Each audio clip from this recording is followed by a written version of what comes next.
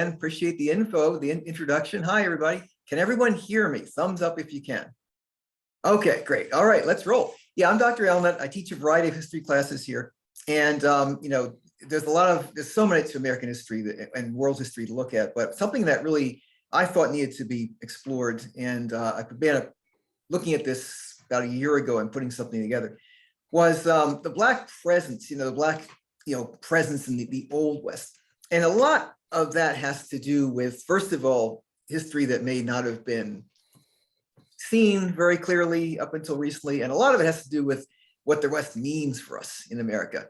It has a deep meaning. It's funny because many people on this conference here are too young to have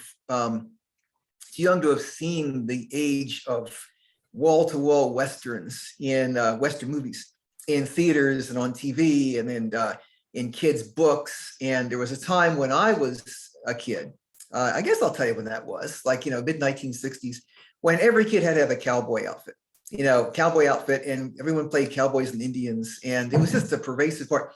And even though that's kind of faded away, we don't really see that anymore. It's deep in our national consciousness. It's just everywhere. The theories, the feeling of the West, the legends of the West are just there.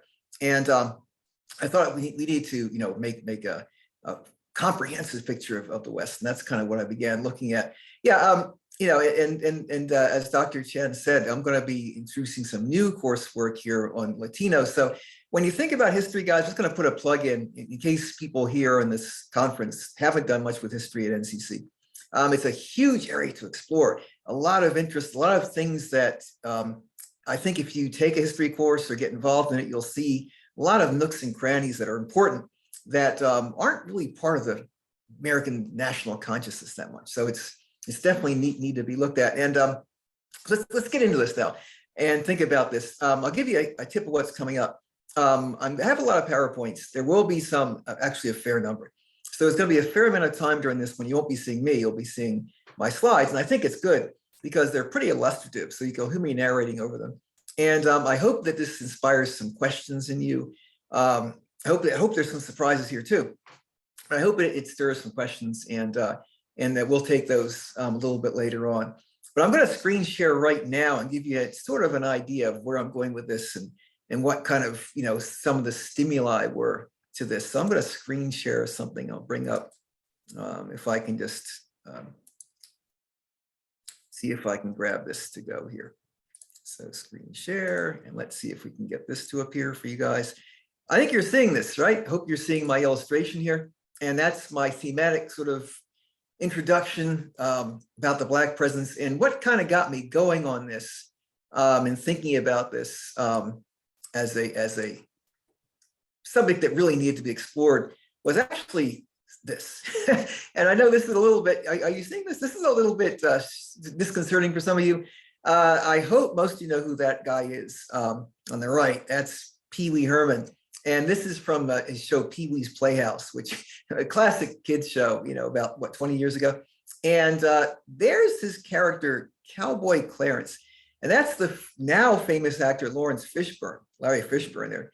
And what inspired Pee-wee to do this, to have this character and cast Fishburne in the role, was Pee-wee said he was trying to expand and actually undermine the myth out there that the Old West was all whites, that there were only white cowboys, that a cowboy couldn't be Black. There was no such thing as a Black cowboy. And he deliberately cast a Black cowboy to undermine that thought in kids' minds. And, that's a key move by Paul Rubens. That's Pee Wee Herman's real name. But it gets to something else, which is that we did have this traditional image for decades and decades that the Old West did in fact look like this. That it was a place of natives, obviously, Indians in the old parlance, of course, but cowboys, white cowboys, roping cattle, riding the plains, drinking whiskey, fighting in the saloons. That was just what the Old West was. And, that's been, I think, the image in the popular mind for ever since like the 1890s, decades and decades and decades.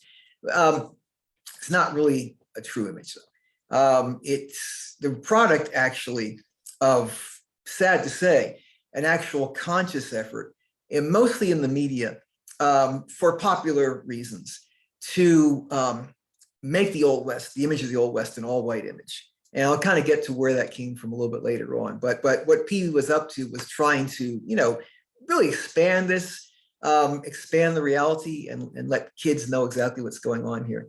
So let's get back in and start thinking. I'll stop screen sharing for a second. You just have to live with me.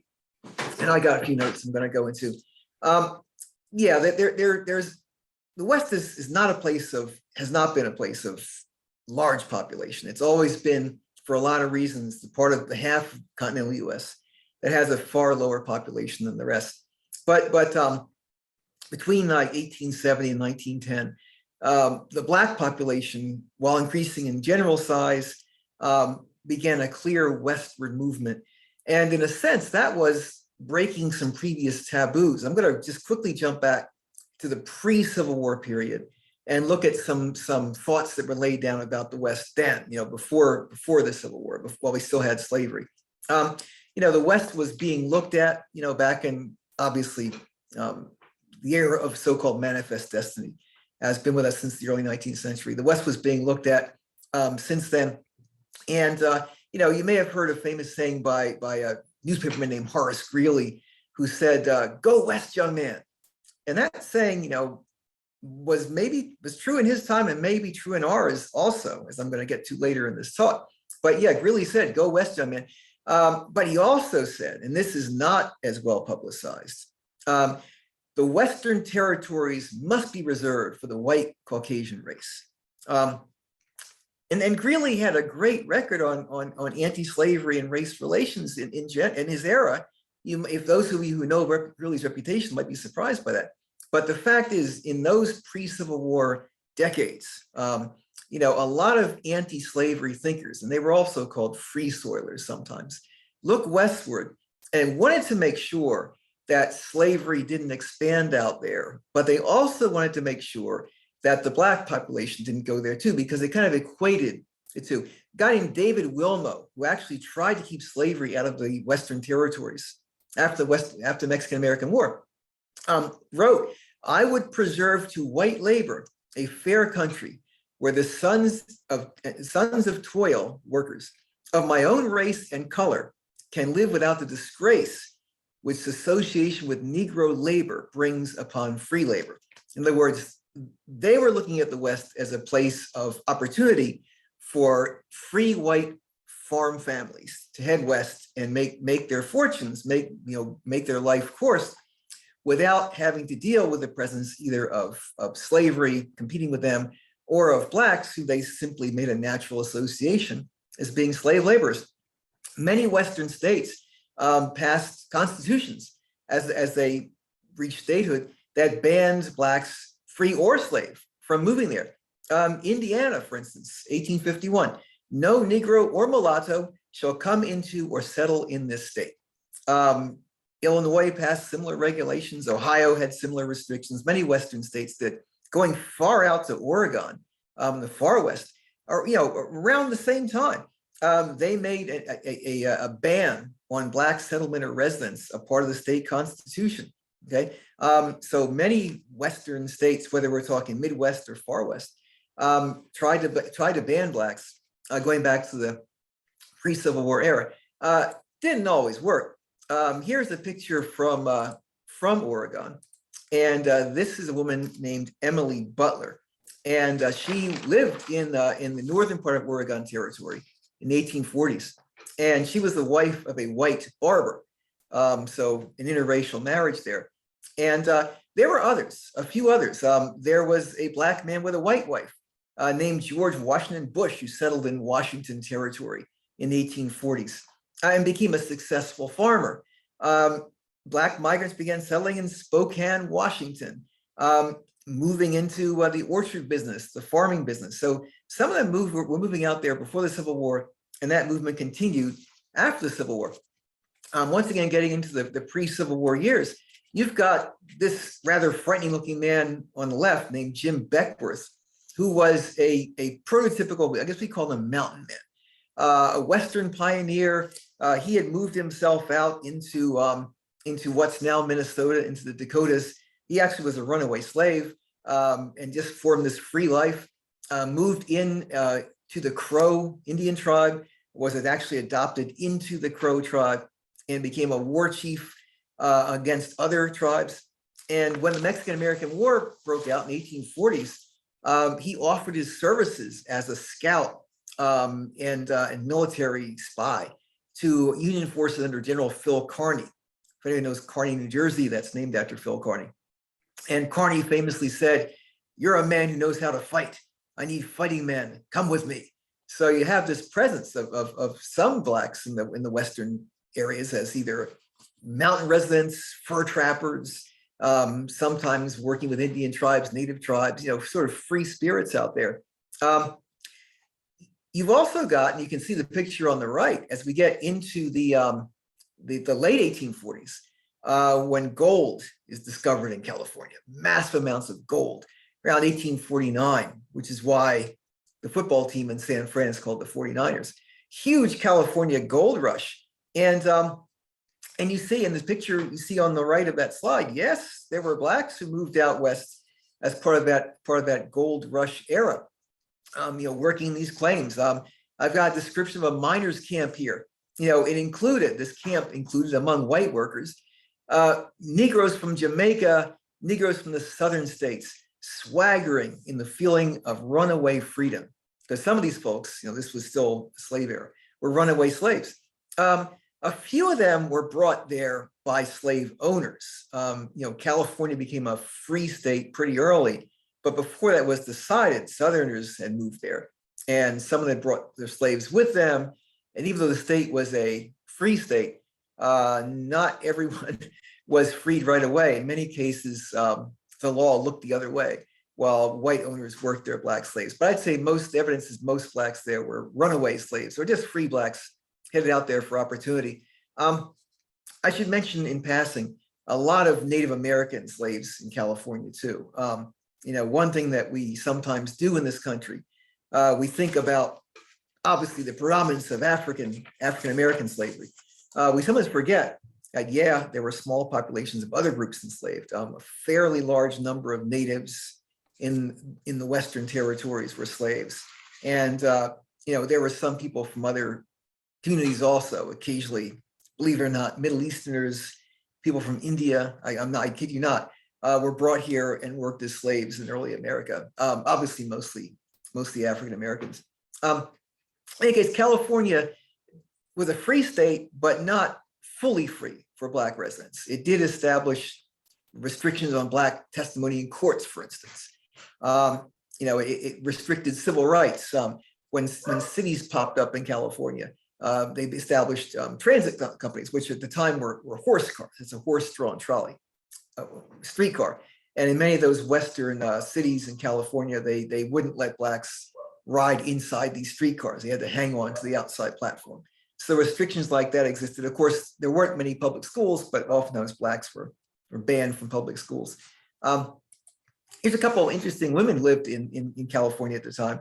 A woman on the left, rather formidable looking, Biddy Mason, was brought there as a slave, but because California was a free state, she brought suit in court and was freed by the state legislature. And then she, with some assets she had with her, invested in land, became a pretty big land investor, financed early Black churches in Los Angeles, sponsored other Blacks come into the area. On the right, Mary Ellen Pleasance, a Black woman living in San Francisco, free woman, was involved in early civil rights work in San Francisco, like for instance, trying to get Blacks the ability to ride horse cars there or ability to go to schools there. Actually was involved with, she traveled east and had contacts with Frederick Douglass and even the rather militant John Brown. Some of you know about him from the Harper's Ferry raid he carried out. So she had contacts back east with anti-slavery folks. Once slavery ended, obviously the Black population was freer to move. And you see, and I'll show you a map here, you began to see a movement of Blacks west, although it wasn't, we're not talking about a lot of people population-wise. Here's a map of the US population around 1890, a population density. And it's really clear, isn't it, that because primarily of first of all, old settlement patterns, but secondly, resources, especially water resources. Population is a lot denser in the eastern half of the country and in the western half. And that pattern carries on to this very day. Here's a diagram of the Black population in 1890. And you can see it's still concentrated mainly in the east, but unlike the overall population, it's much more focused in the old slave territories. The South extending up into Delaware and reaching up a little bit into the Delaware Valley. So that's the Black population, but you clearly see a slow movement of Blacks heading into the West. And what's the advantage? Like, why go there? Well, it's the same lure that drew other Americans westward. When the war was over, you began to have increasing abilities to travel west. Railroads began to extend there, making travel more practical. Roads and primitive early highways became more practical to travel. So you do have slight movement, visible movement of Blacks west, along with other parts of the American population.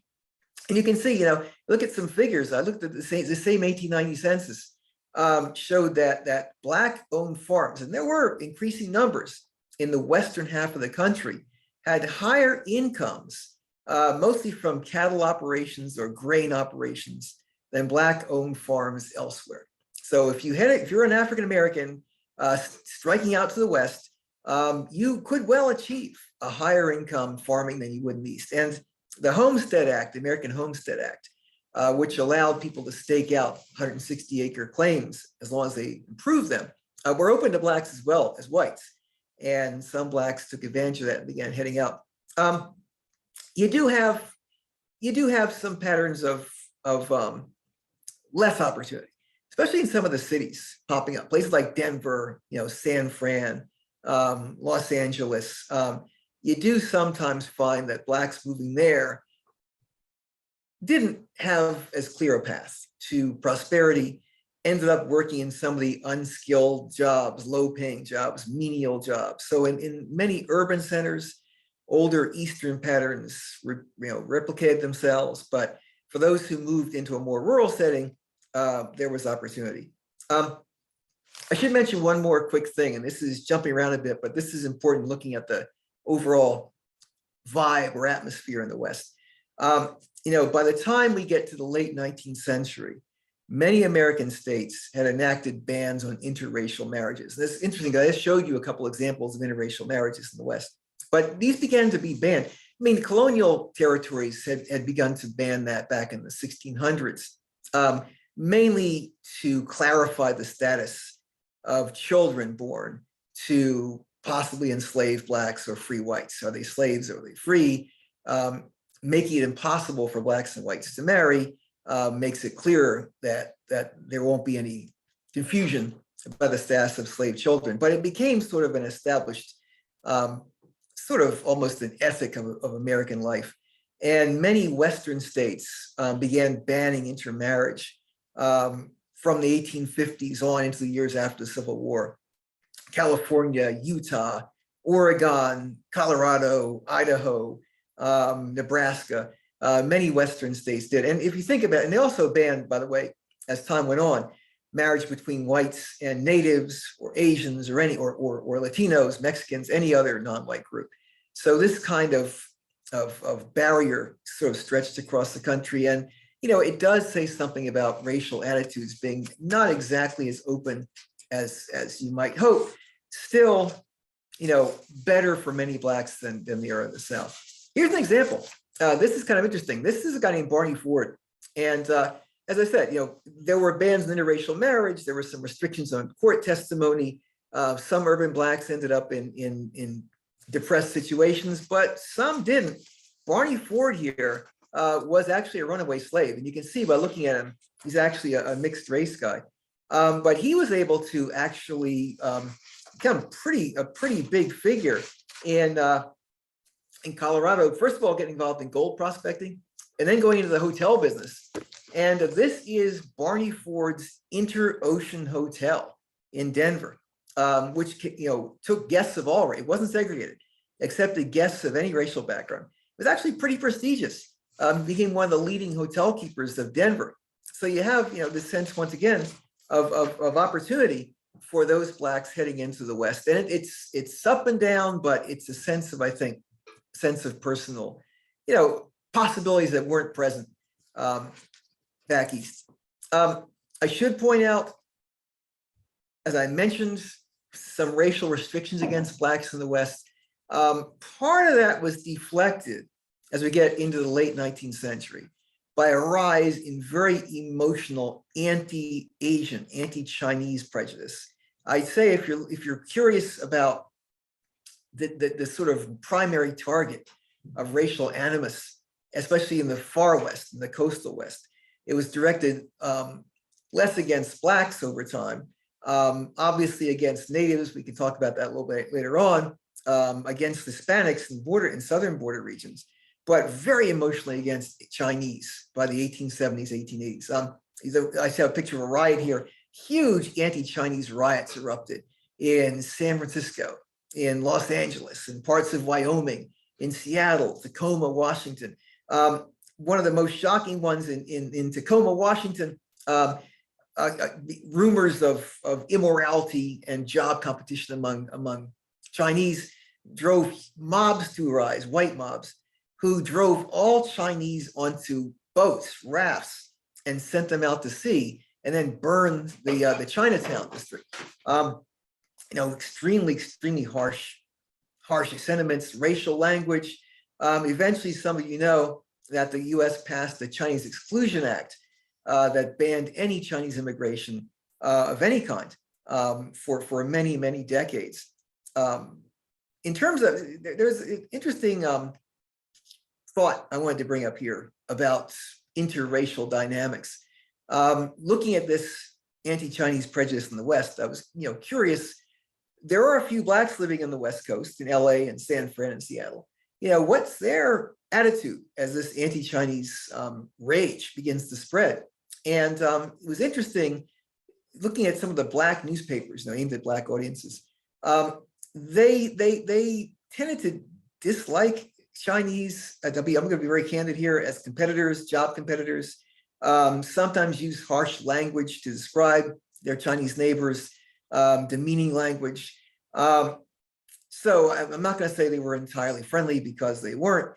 On the other hand, interestingly enough, unlike their white neighbors, Black writers in the West strongly opposed the Exclusion Act, the Chinese Exclusion Act, and some of the other legal restrictions that were placed on Chinese there. So they may not have felt entirely friendly or a strong sense of alliance with Chinese at that time. But unlike their white neighbors, they did not want the law to come down. They didn't want to see Chinese expelled or excluded legally, and they were opposed to those measures. Just as a sideline, I put up here something that is not really about Blacks in the Old West, but I think you're really interested to see this. At the bottom of this slide is something called the Chinese Reconciliation Park in Tacoma, Washington, which I've been to. And what this is in recent decades, obviously Western states feel very differently about their anti-Chinese acts, a lot of remorse about that. And what Tacoma did was set aside a very scenic city park overlooking the ocean and built a memorial. And it's called a Reconciliation Park in the pagoda there. And there were plaques up explaining very frankly what happened in Tacoma.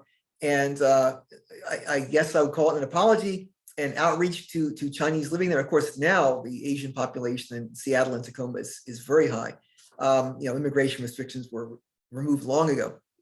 This is sort of a gesture to try to do some outreach to make up for those previous episodes. So you do see animus in the West directed somewhat against Blacks, definitely against natives, but very emotionally, unfortunately, against Asians. I want to shift gears here and look at another aspect of Blacks in the Old West, and that involves a little bit, maybe called the nearer West, areas closer to the Black centers in the South. And this really gets into something called the exodust movement. Exodusters, they were called. And what happened here was by the 1870s, late 1870s, conditions in the South for Blacks were deteriorating pretty fast. Reconstruction had collapsed, it was over. Some of the rights Blacks had won in Reconstruction were disappearing. The vigilante groups, violent groups like the Ku Klux Klan were roaming the South, really working as arms of the Democratic Party. The armed militia, quite seriously, of the Democratic Party at the time, which was a very white power party. Blacks were being driven into poverty, lynchings were spreading, I mean, everything bad was happening. And a sort of a movement arose among Blacks there, a sort of a wave of enthusiasm. And the thing to do was to leave the South and go west, head west, head where the other Americans were heading. The West was now opening, land of opportunity, head out, head to Kansas. And you might think, why Kansas? Before the Civil War, Kansas had been a battlefield between anti-slavery white settlers and pro-slavery whites. Had gotten a reputation as a state that was favorable to, at least unfavorable to slavery, hostile to slavery, a land that would fight for liberty. And that reputation spread throughout the South, and Kansas became like the land of milk and honey. And so this movement arose that all Blacks who could possibly do it should leave the South and head for Kansas. And so they did. And this huge wave of posters and rumors and sentiments spread throughout the South. A Black convention was held in the late 1870s in Memphis that resolved that the South is the new home of the Black population. A Black artisan named Benjamin Pap Singleton of Tennessee was a big promoter of Western movement. He also bought land in the West. He's a speculator and was looking forward to sell this to Black migrants heading out there. And there's some other Black leaders did the same thing. And so look at the scene. This is actually in Memphis, and that's from a newspaper. Masses of Blacks, we're talking thousands, headed out to Kansas by any means they could get. They walked, they took riverboats, steamboats, railroads, whatever they could possibly do. Here's one newspaper man wrote, the banks of the river were covered with colored people and their little store of worldly goods. Every road leading to the river, Mississippi River, is filled with wagons. Frederick Douglass, who he was, opposed this. He said this was irresponsible, that Blacks should stay in the South and try to improve the South, but they weren't listening. And by the early 1880s, the Kansas population increased over 20,000, not 20,000 Blacks moving into Kansas from Tennessee, Mississippi, Texas, heading out to Kansas City and trying to get a start.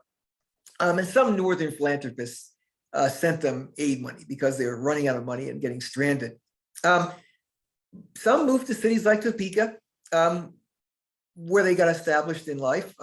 Many of them moved to farms. And this is an all-Black town called Nicodemus, Kansas, that popped up. And the people you see here are these exodusters, established in these towns throughout the West, and several hundred residents. And here's another picture of some of the towns, like Oklahoma. We'll get to that in just a second. But yeah, pop up these all-Black towns, farming, grain farming, ranching. These are sod busters. And I think it's important to look at this and realize we have this American legend of the sod buster, the Western pioneer with his prairie schooner, the family heading out there, plowing new land, living in a sod cabin, trying to grow grain in maybe unfavorable conditions, harsh winters. We don't typically think of Blacks there, but here we see them, here they are.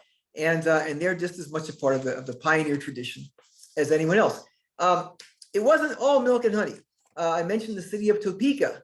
Some Blacks moved to Topeka to try to make a start in urban work. Ended up, as I said before, working low-level jobs for the most part. Prejudice was there too. And social segregation did begin to raise its head, despite prospects, their hopes for this totally free future didn't happen. And if anyone's familiar with the 1954 Brown versus Board of Education school desegregation case, you'll remember it involved, among other places, the Topeka, Kansas Board of Education. So Topeka schools were segregated by the 50s. And that's one of the keystone cases that the NAACP was trying to push through. moving down, I kind of gave you a preview here to nearby Oklahoma, just south of Kansas. I mean, there had been blacks in Oklahoma for a long time because Oklahoma was established as, quote, Indian territory.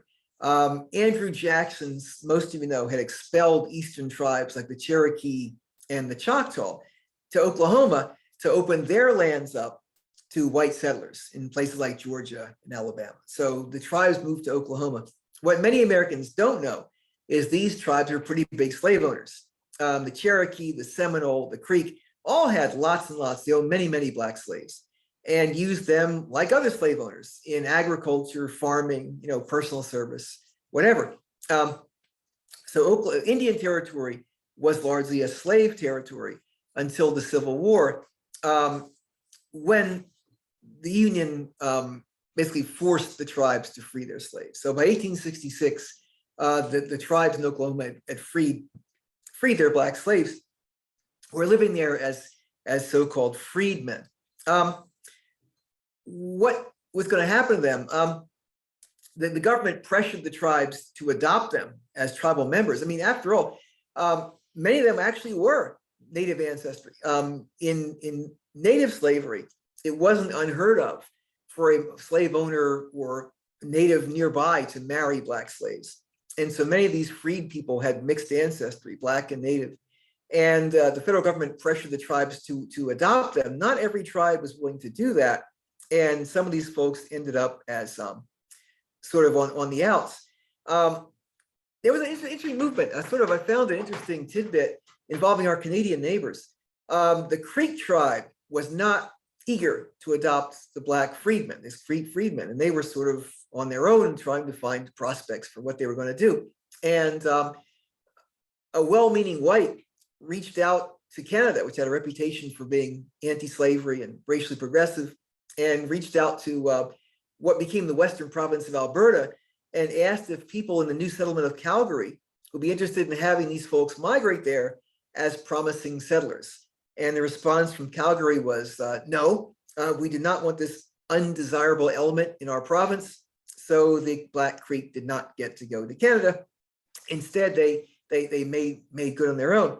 And eventually, the government, by some intricate maneuvers, broke up Native reservations in Oklahoma into small plots, and then eventually opened Oklahoma to white settlers, the so-called Sooners.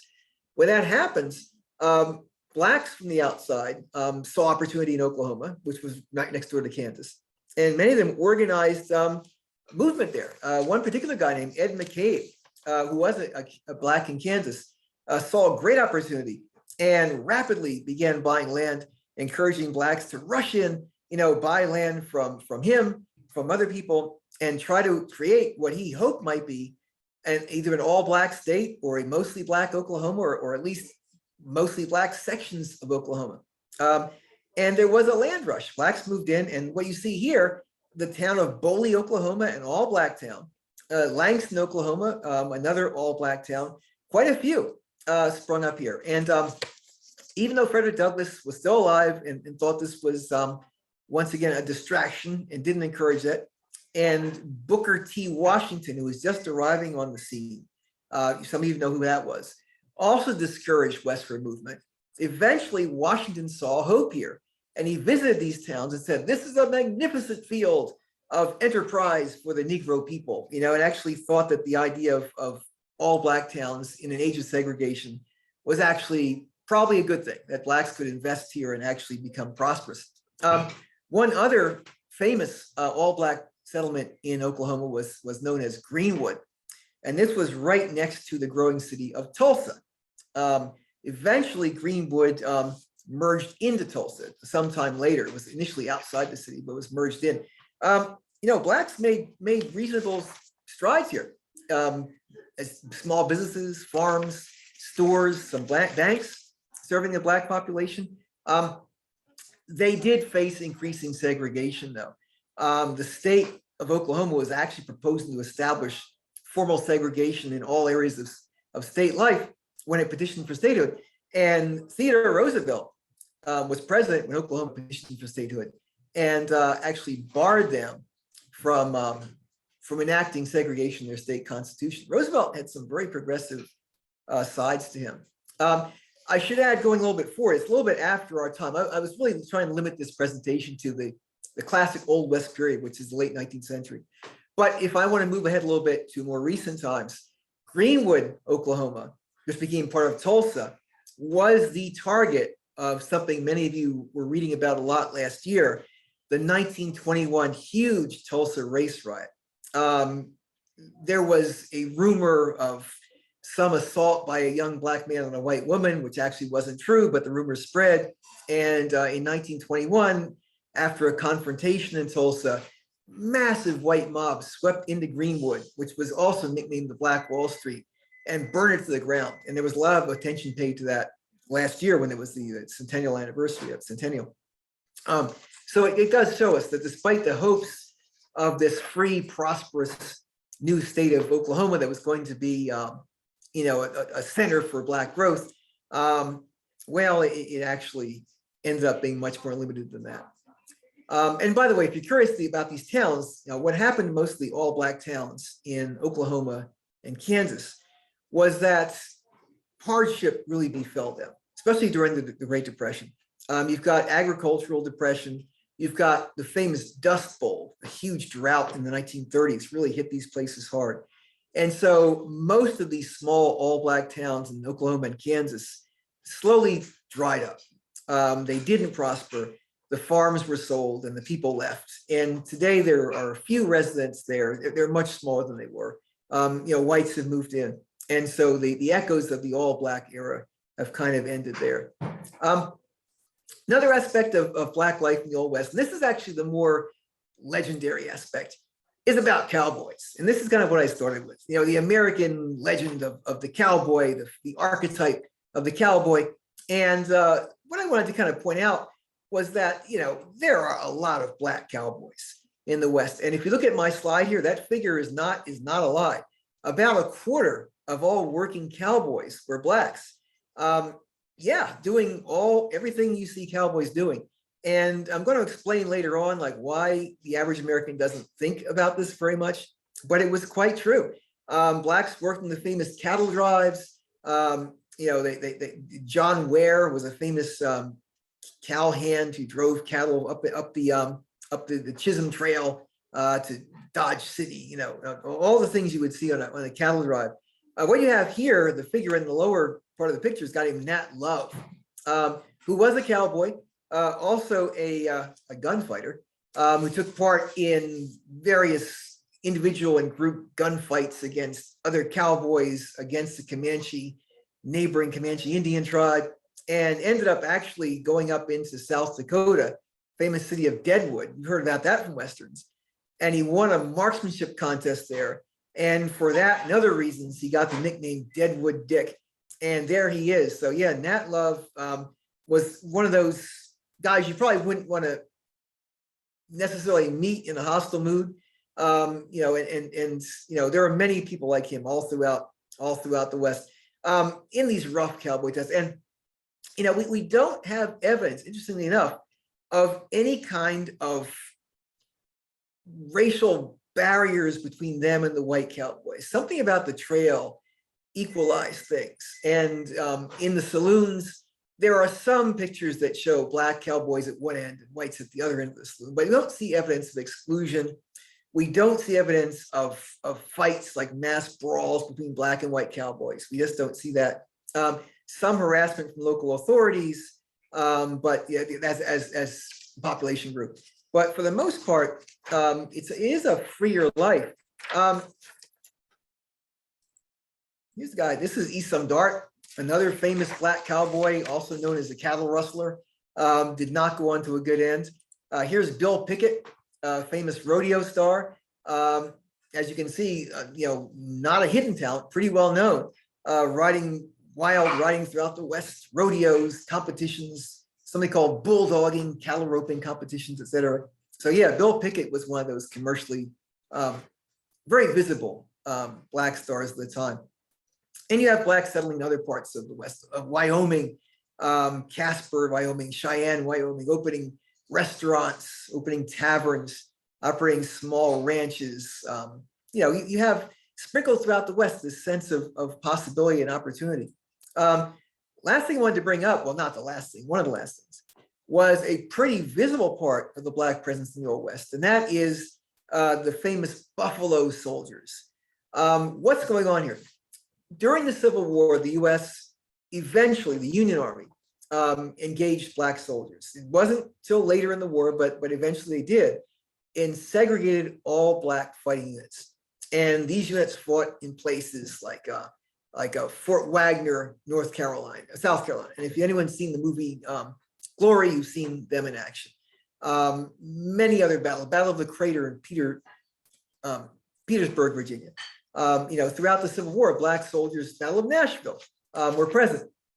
When the war was over, the Army was largely demobilized, but many Black veterans remained in the service, and the Army, carried on these separate all-Black units. And the ones that became part of the all-Black Buffalo Soldiers are the 9th and 10th Cavalry and the 24th and 25th Infantry. These units primarily served in the West. Usually led by white officers, but not always. There were some Black officers involved, like Lieutenant Henry Flipper, the first Black West Point graduate, ended up in command of one of these units. But they served throughout the West in lots of different functions, guarding railroad construction, guarding the mail, fighting against rustlers and thieves on the trail. There were a lot of outlaw gangs in the West. They battled against them. Just as importantly, maybe most importantly, they were part of the effort to, quote, bring order to Native tribes in the West, Native American tribes. They were involved in all kinds of Indian fights against the Cheyenne, against the Comanche, against the Apache, against the Sioux, legendary battles against Native American tribes. In fact, that's where they actually got their nickname, Buffalo Soldiers. The native tribes called them Buffalo Soldiers because of, apparently, what we understand from Native interrogations, I guess you would say. First of all, they were brave and onrushing like a herd of buffalo. Secondly, their hair, which was obviously very curly, reminded the tribes of the buffalo. So these guys were famous for fighting Indians. In fact, about a fifth, 20% of those soldiers, especially cavalry, involved in Indian warfare were Black soldiers, Buffalo Soldiers. So when you see, occasionally you'll see Western movies and you'll see cavalry charging. And of course, we have a famous American saying, the cavalry's here, which actually comes from this Old West situation. We don't generally think that there was a good probability that those guys coming were probably Blacks, but many times they were. They did play a role, to be very honest, in the unfortunate Wounded Knee massacre, which you've heard about. Some of you have heard about in 1890. They weren't directly involved in the killing of the Sioux on that battlefield, okay? But they were there in support. And they rode up fast when they heard rumors of the battle, and they fought other Indian groups who were coming up to support the Sioux who were trapped in that particular battle. So yeah, the Buffalo Soldiers, not sugarcoating it, were involved, at least indirectly, in the Wounded Knee massacre. In terms of their presence in the West, they had a great service record, a very strong service record. Desertions were very low, when actually desertions among white infantry and cavalry were pretty high in the West. Harsh conditions, open land to escape to. These guys did not desert. Very strong service record. In terms of their treatment by Western civilians, not always the best. Many Western migrants, white migrants, brought prejudices with them from the South or even from the North, didn't have a lot of respect for these people. And many times when they arrived in towns, especially toward the South, Arizona and Texas especially, they'd face pretty serious harassment from whites in the town who just didn't want them here. On the other hand, respect by officers. You may have heard of a general named John Pershing, World War I general. Before taking the command in World War I in the French front, he had commanded in the West against native tribes and also against Mexican border bandits led by the famous Pancho Villa. And Pershing had commanded Black troops, respected them a lot, And that's where he got his nickname, Blackjack Pershing. Other officers called him Blackjack because he commanded black troops, and he proudly wore that nickname because he thought the service record was pretty good. When I get into sort of, some wrap up or concluding thoughts here, and the primary thought I want to put out is, given this fact, I'm going to go back to my slide of these guys, these cowboys. Given the fact that here they are, I mean, that they're obviously a presence. Why do most Americans not think of them, and why did P.B. Herman have to deliberately introduce a black cowboy to break the stereotype? We call it erasure. And what happens in the media meaning not just movies, but also novels, is that all artists involved in the West, media, writers, novelists, filmmakers, at a time of very rigid racial theory, we actually call it, historians call it scientific racism.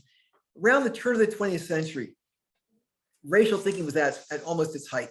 And the theory was that, America thrived as a nation of white, Northern European, Nordic, you might call it, pioneers. And that's what the public seemed to want, and that's what they got. And so novels of the West, I'm thinking one in particular, a novel called The Virginian, written by a Philadelphian named Owen Wister, presented the West as a land of brave, two-fisted white cowboys. The stereotype, the character that Owen Wister introduced was called the Virginian.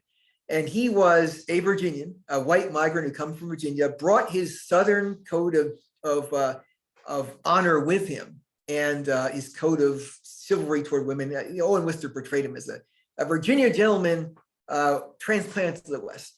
And he was laconic. He didn't speak much. He was ready to fight and gunfight at a moment's notice. He's the character who gave us the famous Western saying, in the saloon, having been insulted in some way, replying, "Smile when you say that." That's Owen Wister's Virginian. And following up on that, a whole flood of novels and then movies deliberately showed the West as being an all-white West of cowboys based on that Virginian type, the prototype that Owen Wister put out there in the Virginian.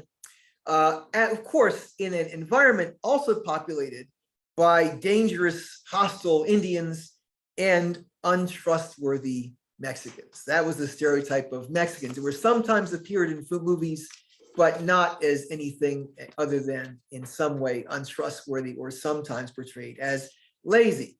Okay, so this is the sort of the stereotype that it really penetrated, and it lasted deep into the 1960s.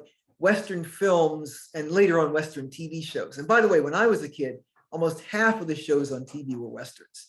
I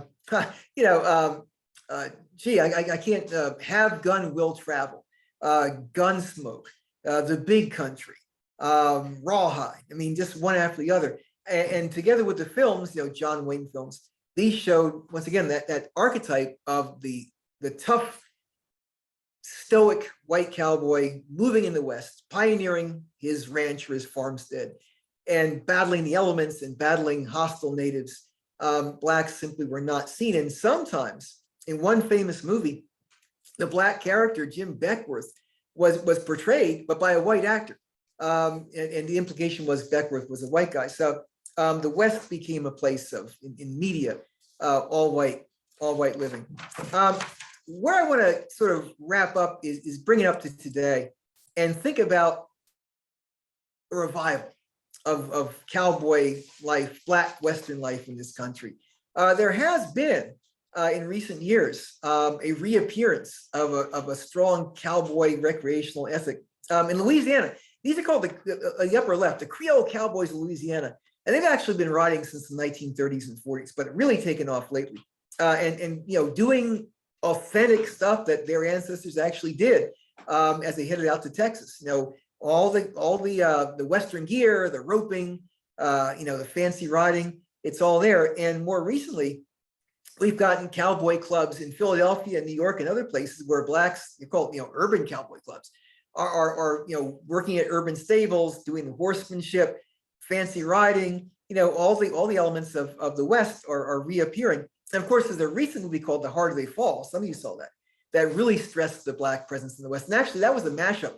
The Harder They Fall had all kinds of Black characters from every part of the West, all different time periods, just jammed together in this emphatic statement about what the West could be. I have a couple thoughts for today as I kind of wrap up. What's important here? First of all, I think it's important, given the image of the Western pioneer and his lifestyle or her lifestyle, and their resourcefulness and everything else in the American imagination, I think it's critical to reintroduce the African American into that environment where they were authentically, but where they were sort of extracted by the media of late 19th, early 20th centuries. It's important, I think, for just to create a whole image of ourselves as a nation. And I think it's important for Americans of every racial group to see that Blacks played a role there. I will say something else, which is just bringing up to the current times. It's not really about the Old West or about cowboys, but there still is opportunity in the West. And the Black population there is still lower than it is in other parts of the country. And I hate to encourage too much Western migration because water is drying up out there. I just saw some alarming stories from California. It's really getting dry. But there is opportunity in places like Idaho, Utah. I see Provo, Utah software industry. So I would encourage people without hopefully damaging Western water resources too much, and including Blacks, to continue seeking opportunity in the West. And I'm going to end my thing here and take any questions that have popped up.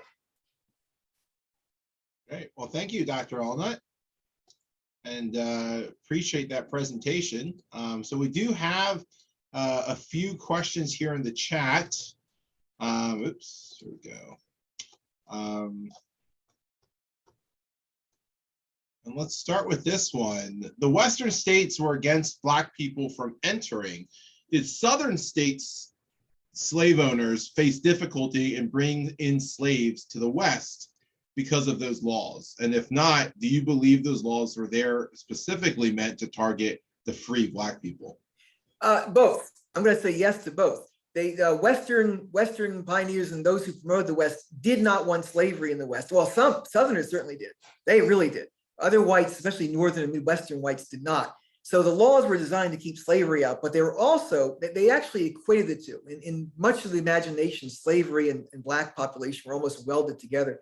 So there was a desire in the West to exclude slavery, but also to keep out, actually keep out the Black race, if you want to, that's not an accurate term, but to keep out those who were seen as part of the Black race. They simply did not want them there.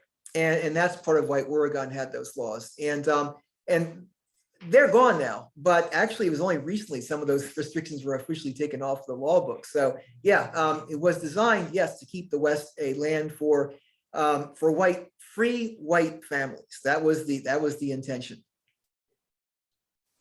A follow up on that one, after the laws passed that freed the free Black people in the Western states, how prominent did sharecropping become in order to keep Black people in the role of a slave?